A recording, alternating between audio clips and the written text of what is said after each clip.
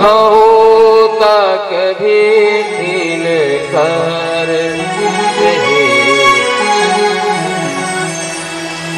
मांगना वहां से। दुनिया के लोग तो आंख में आंसू भी देते हैं, रुलाते भी हैं। प्रभु आप गरीब नहीं हो, आप तो धनवान हो, आपके भक्त धनवान हैं। और आपने क्या कहा कि आपके माँ बाप का पता नहीं है?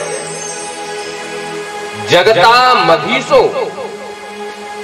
जगत के माता पिता आप हो, कण कण में निवास आप करते हो, जगत का पालन पोषण आप करते हो, और आप कहते हो आपके बाप का पता नहीं। अरे सबके बाप तो आप हो।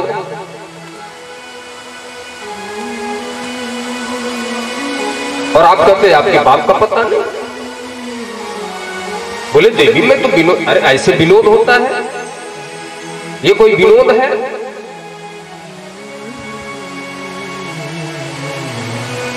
कन्हैया ने कहा कथा बंद हो, दूसरा कार्य करें देवी जी। मैं समझ गया आपके चेहरे पे क्रोध नहीं आएगा, मुझे माफ करो। अब बताओ जब भगवान कन्हैया माफी मांग रहे हैं तो आपकी आज के पतियों की क्या औकात की माफी नहीं मांगना चाहिए? मांगना चाहिए नहीं, मांगना पड़ेगा। ये तो गुजारा नहीं है। बोलो राधे राधे। हो गया राधे राधे। अब आप लोग बड़ाई कर दिया तो इसका मतलब नहीं कि धीरे बोलो। बोलो राधे राधे। बोलो बांके बिहारी लाल की।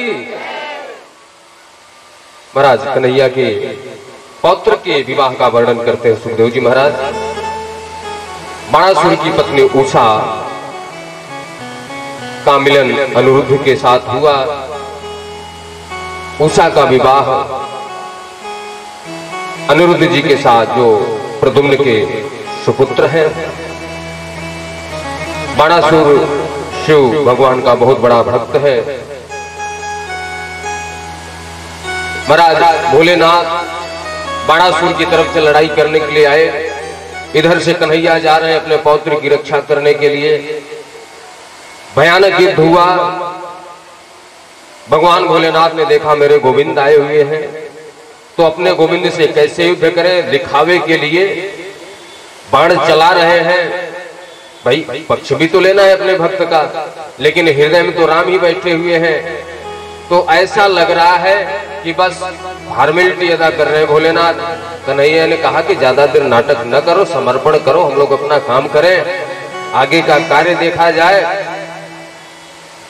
भगवान कृष्ण और शंकर से जो दो बाण निकले, दोनों के धनुष से, उसी में ग्रीष्म, एक ठंडी का बुखार और एक गर्मी का बुखार, शीतल ज्वर और उष्ण ज्वर, ये दो बुखार की उत्पत्ति हुई जो आजकल हम लोगों को आता है। वो अलग बात है किसी को हमेशा बुखार आए। बोलो राधा।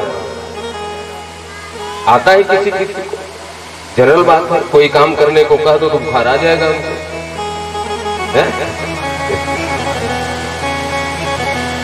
दो बुखार की उत्पत्ति हुई।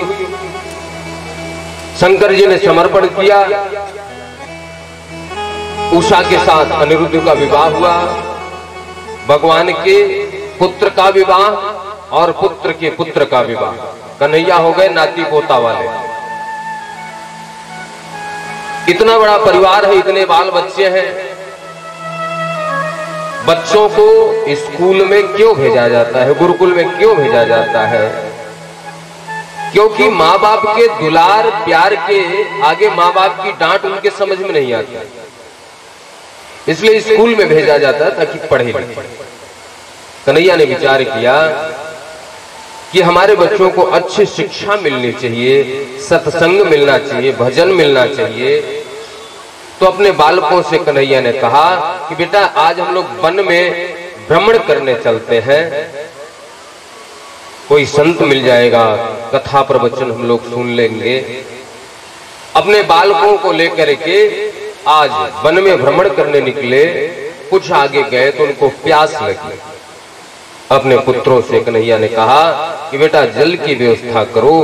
कन्हैया ने जैसे कहा, पुत्रों ने जल की तलाश में इधर उधर खोजना प्रारंभ किया, तलाश करना प्रारंभ किया। उनको एक जलाशय दिखा। उसमें एक गिरगिट कृकलास्व पड़ा हुआ था। बालकों ने आकर के बताया कि पिताजी जल तो है लेकिन उसमें एक गिरगिट तैर रहा है। कन्हैया ने जाकर के उसको बाहर निकाला। जैसे ही कन्हैया का स्पर्श हुआ तो उस जो गिरगिट था, जो कृकलास्व था, वह महापुरुष के रूप में परिवर्तित हो गया। कन्हैया ने कहा कि भैया आप कौन हो, आपका परिचय क्या है?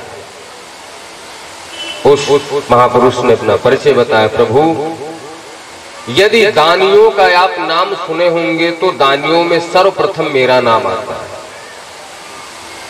कोई आकाश के तारागण की गणना कर सकता है, कोई जमीन धरती के रजकण की गणना कर सकता है, लेकिन मैंने कितनी गाय दान की है इसकी गणना कोई नहीं कर सकता। निगो नाम नरेंद्र हो में स्वाकु तनयः प्रभु,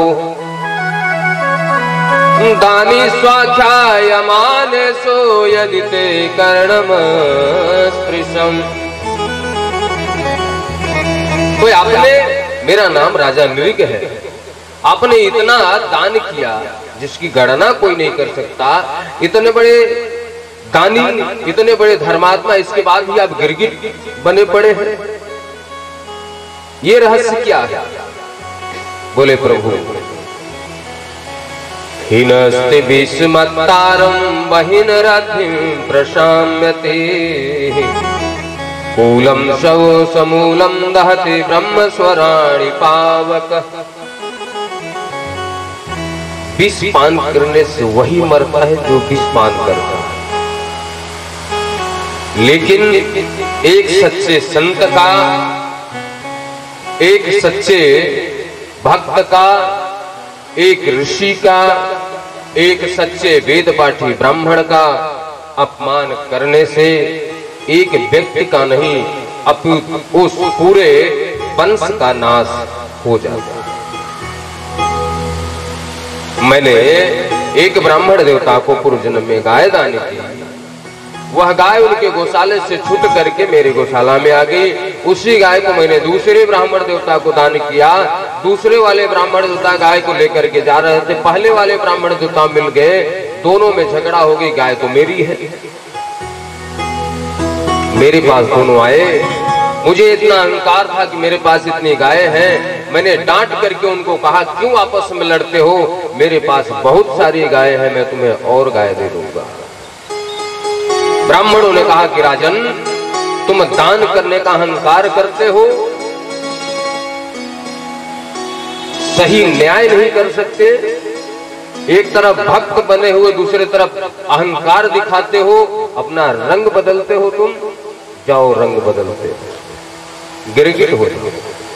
प्रार्थना किए तो ब्राह्मणों ने कहा कि प्रभु के हाथों आपका उद्धार होगा। अच्छा एक बात बताइए, सभी लोग